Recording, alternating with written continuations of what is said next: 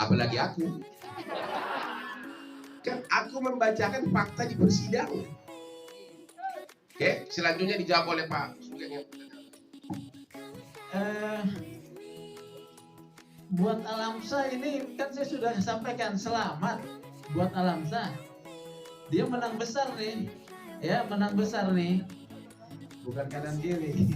Dia memenangkan perkara ini, ya menjadi momentum isu nasional terkait dengan komunitas atau organisasi advokat Pradi lagi, ya yang diklaim anggotanya paling banyak, ya dibuat puluhan ribu, ya puluhan ribu ya. Kemudian kedua, saya mendengar mendapat kompensasi, makanya saya katakan selamat. Apa implikasinya? Tidak ada implikasinya. Selamat saya bilang, karena itu tidak ada kaitannya, ya, untuk bisa membatalkan putusan ini. Putusan ini telah berkekuatan hukum tetap. Yang bisa dilaksanakan adalah dicabut, ya, mencabut. Ya dicabut tuh SK 104, ya, gitu loh.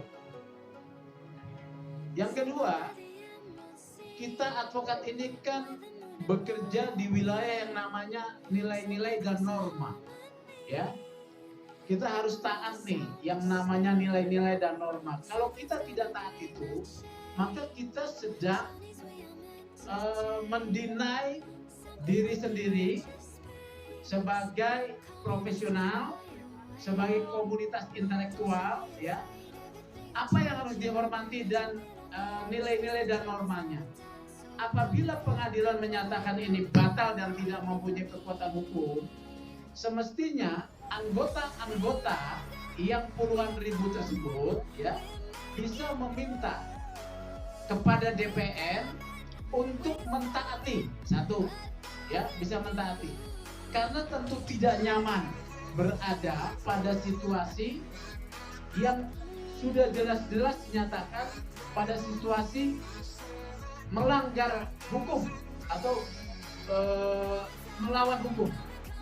Ketika melawan hukum, Anda taat atau Anda diam saja, sebetulnya menjadi satu tanda tanya. Anda ini bekerja pada wilayah norma atau tidak?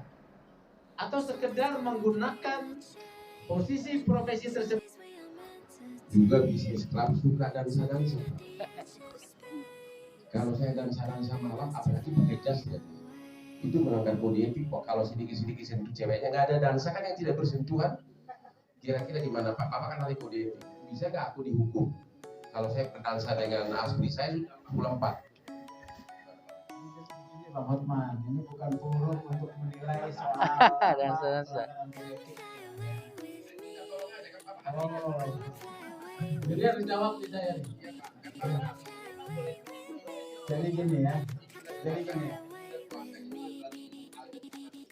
jadi begini, Kode Etik Advokat Indonesia itu disusun untuk mengontrol seorang pemegang profesi advokat di dalam menjalankan tugas profesi, menjalankannya. Jadi gampangnya ketika sedang menangani perkara.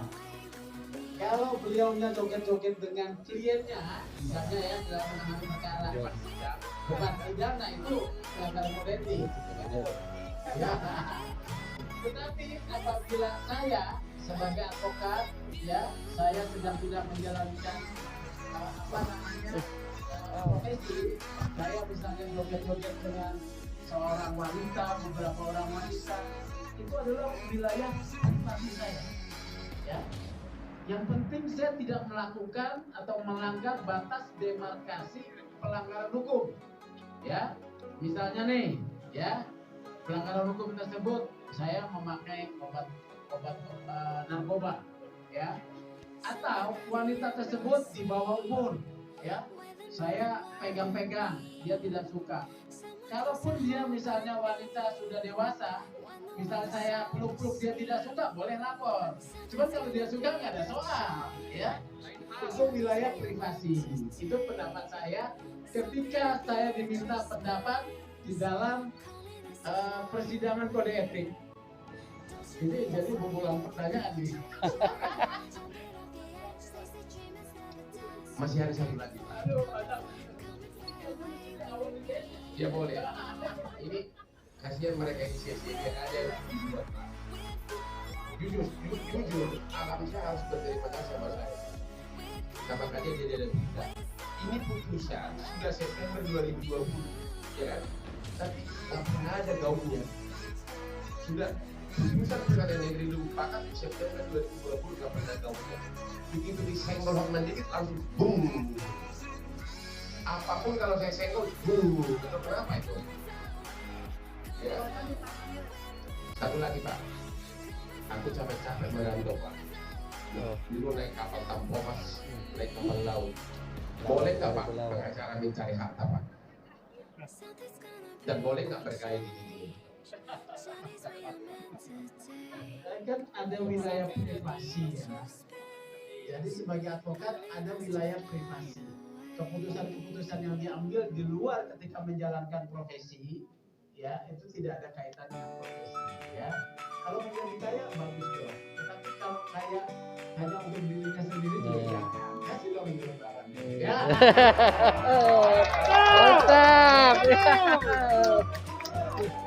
Tidak masukkan. Tidak masukkan. Ada hal yang kalian lupakan.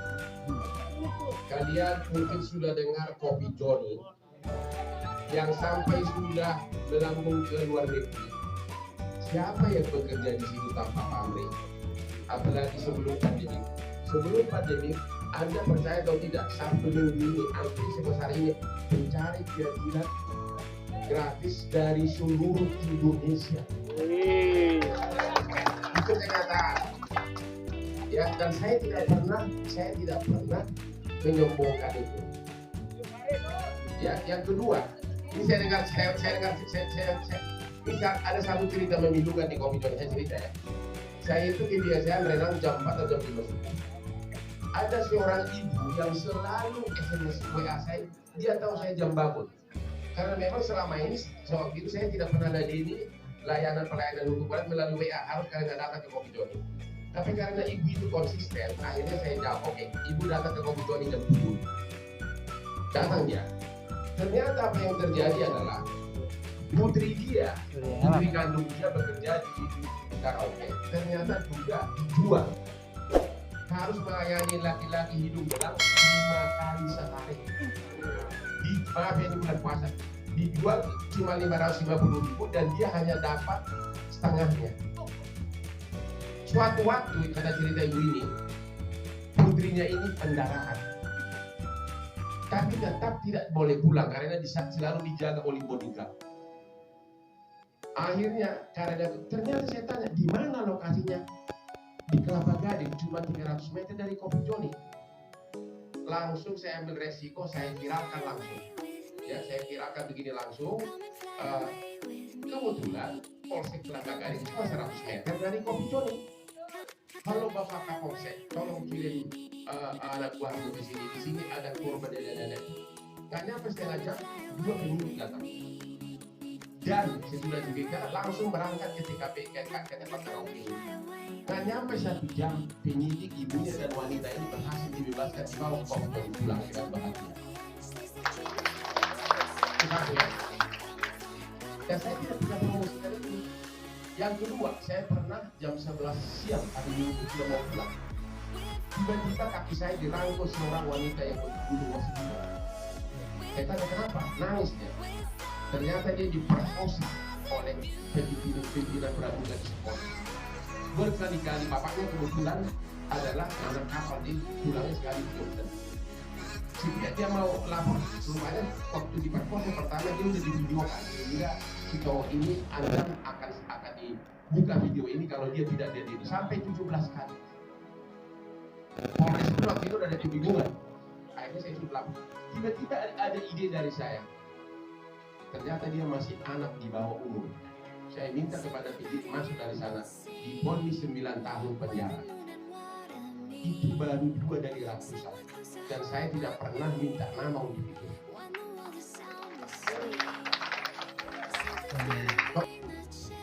Juga bisa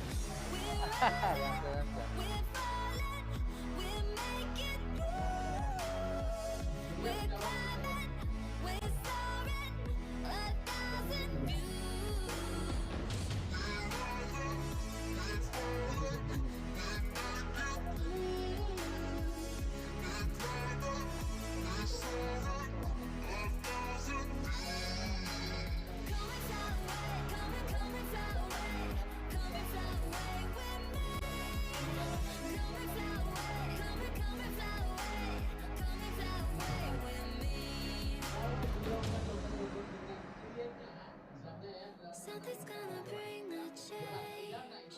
Journeys we are meant to take. Something at the edge of space, calling us to fly away. Profesi, saya misalnya joget-joget dengan seorang wanita, beberapa orang wanita, itu adalah wilayah privasi saya.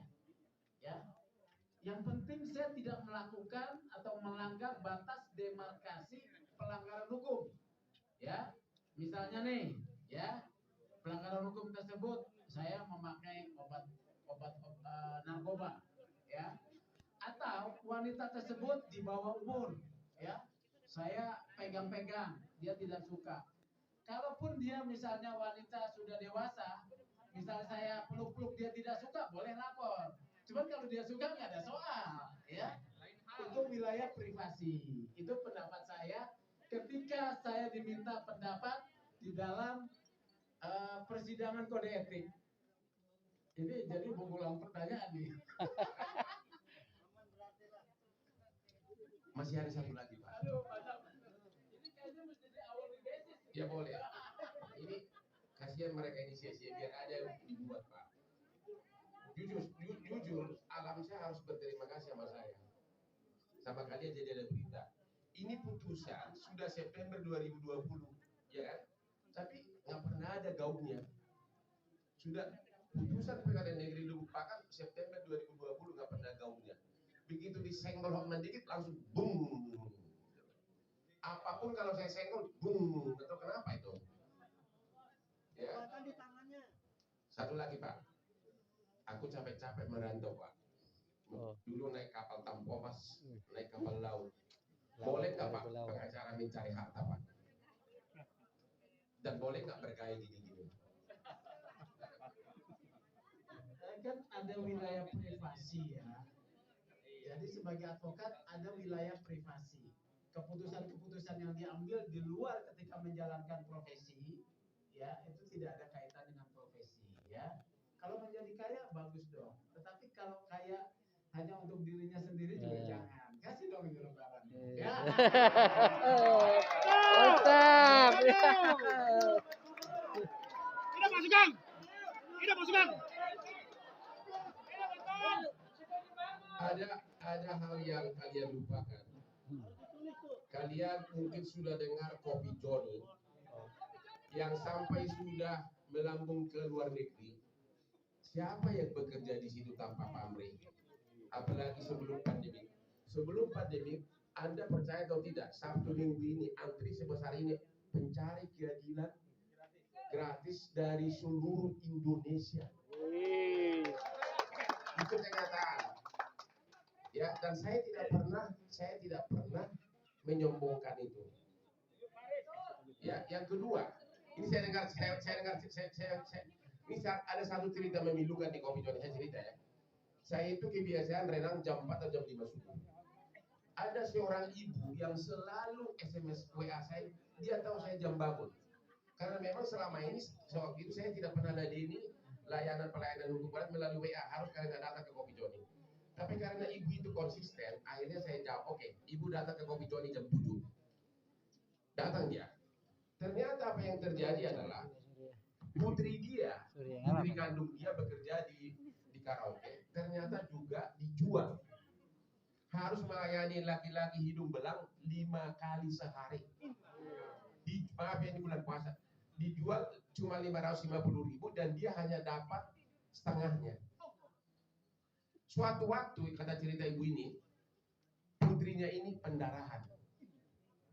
Tapi tetap tetap tidak boleh pulang karena selalu dijaga oleh bodyguard. Akhirnya karena ternyata saya tanya di mana lokasinya, di Kelapa Gading, cuma 300 meter dari Kopi Joni. Langsung saya ambil resiko, saya viralkan langsung. Ya, saya viralkan begini langsung. Kebetulan Polsek Kelapa Gading cuma 100 meter dari Kopi Joni. Halo Bapak Kapolsek, tolong kirim anak buahmu ke sini. Di sini ada korban dan adanya. Nggak nyampe setengah jam, 2 penyidik datang. Dan sesudah diceritakan langsung berangkat ke TKP ke tempat karaoke ini. Nggak nyampe 1 jam, penyidik, ibunya dan wanita ini berhasil dibebaskan, dibawa ke Kopi Joni, pulang dengan bahagia. Satu ya. Dan saya tidak pernah promosikan itu. Yang kedua, saya pernah jam 11 siang hari Minggu sudah mau pulang. Tiba-tiba kaki saya dirangkul seorang wanita yang berkerudung masih muda. Saya tanya kenapa? Nangis dia. Ternyata dia diperkosa oleh pimpinan pramuka di sekolah. Berkali-kali, bapaknya kebetulan adalah anak kapal, jadi pulangnya sekali 3 bulan. Setiap dia mau lapor, rupanya waktu diperkosa pertama dia udah divideokan, sehingga si cowok ini akan dibuka video ini kalau dia tidak ada diri sampai 17 kali. Polres itu waktu itu ada kebingungan. Akhirnya saya suruh lapor. Tiba-tiba ada ide dari saya. Ternyata dia masih anak di bawah umur. Saya minta kepada penyidik masuk dari sana, divonis 9 tahun penjara. Itu baru 2 dari ratusan. Dan saya tidak pernah minta nama untuk itu.